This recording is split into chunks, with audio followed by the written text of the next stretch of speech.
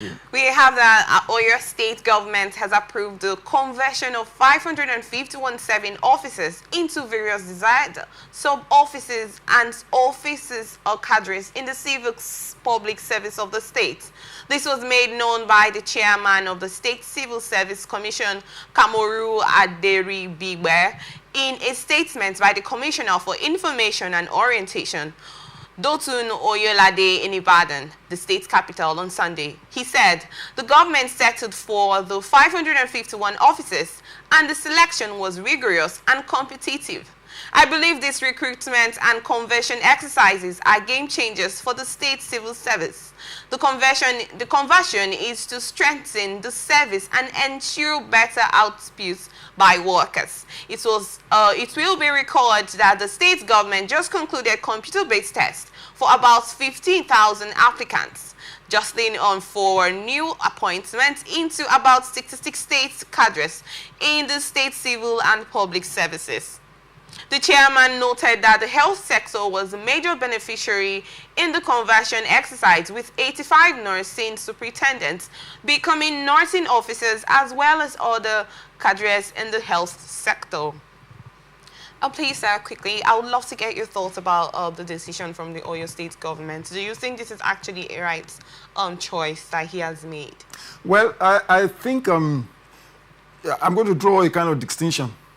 Now, if you look at the background of what has happened here, to my mind, provided it is not anchored on political affiliation, that would be fantastic. Some time ago, I came to this studio, I did indicate, take it or you leave it. The entire world will never remain the same in the light of AI tech that is sweeping across every field. If you check like the civil service that we have, if you go, I take you to this state, if you go to state secretariat, and then you just carry out what I may decide to call a role of an intellectual honest observer, just stand and observe, you will understand that the system needs urgent revamping. I have suggested particularly that in the light of globalization or tech-driven economy that we are in presently, a single person on this table can handle the work that 10 persons are currently doing. Single person. Now, we are also aware of the consequences when there is tech failure. Do you understand what I'm saying? Yes, sir. And that will also take us to the foundation of ensuring that there is stability of light, which we have been clamoring for, because without it, so many things will go down. Airport, finance, name it. You see sometimes the banks struggle because of network issue, which border on light. Now, so to me, if this was actually done based on quality, I don't have any problem with it. It is based on quality. Yes. And when they inject these people, these vibrant minds, I say this to people, the only thing that our elders have above the current youth we have now is age and experience. In terms of technology, speed, name it, they are ahead of, between most parents now and their children, there's what we call generational gap that exists on practical terms. If you doubt it, you have younger ones around, you hand them over your phone, and then come back in 1 hour's time. We pray that they don't touch a button that wipe out important things to you. But I can tell you, they can lock you out of your phone. That is how their minds are. And that is the way it is. You are hearing the idea of working remotely, which COVID forced on us.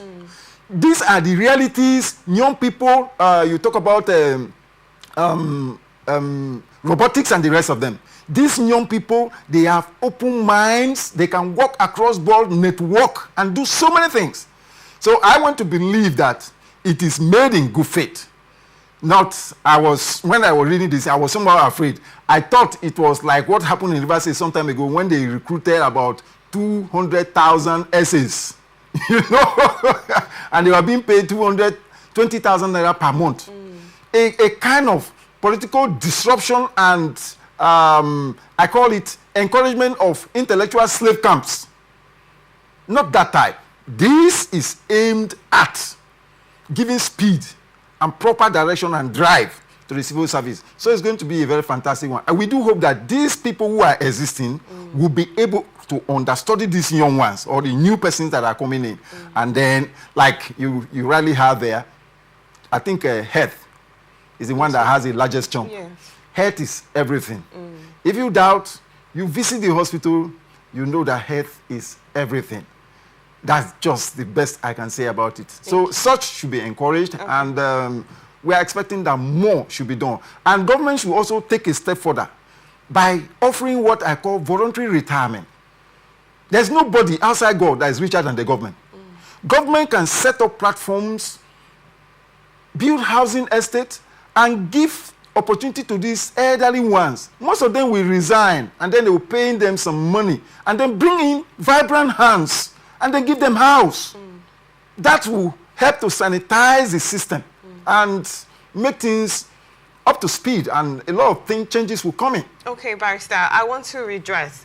Talking about health sector, we've had a case where most doctors right now, the best of them in the country, have decided to japa, in quotes, into two different countries to practice their profession due to certain reasons, which I will not mention. Most of them could be personal. Some would have their reasons why they decide to leave.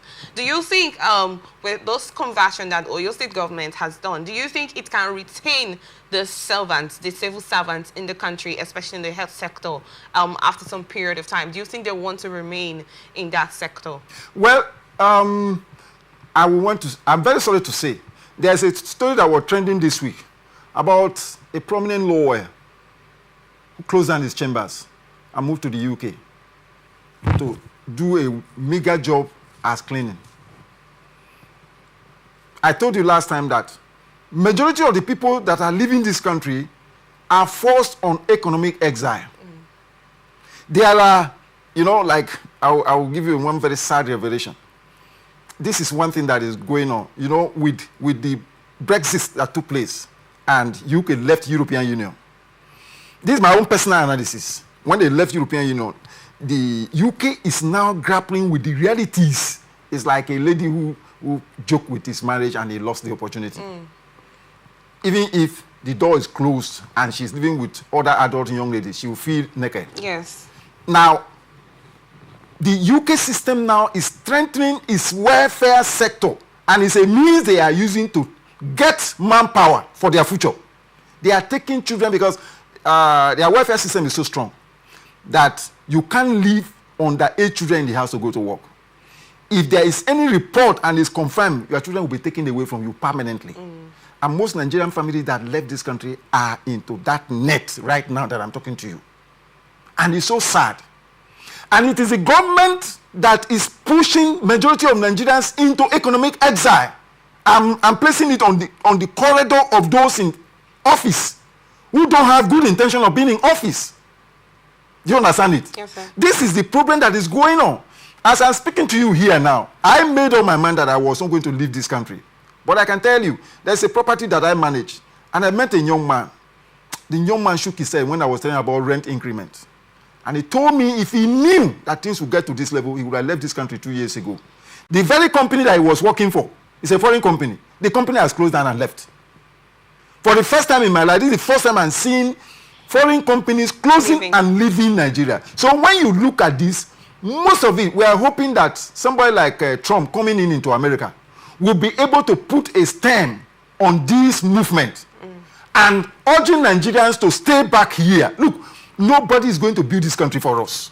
We must be able, because if you get to the health sector and see avoidable deaths that are occurring as a result of weak hands, I mean weak medical hands, weak professional hands, this thing is cutting across all sectors.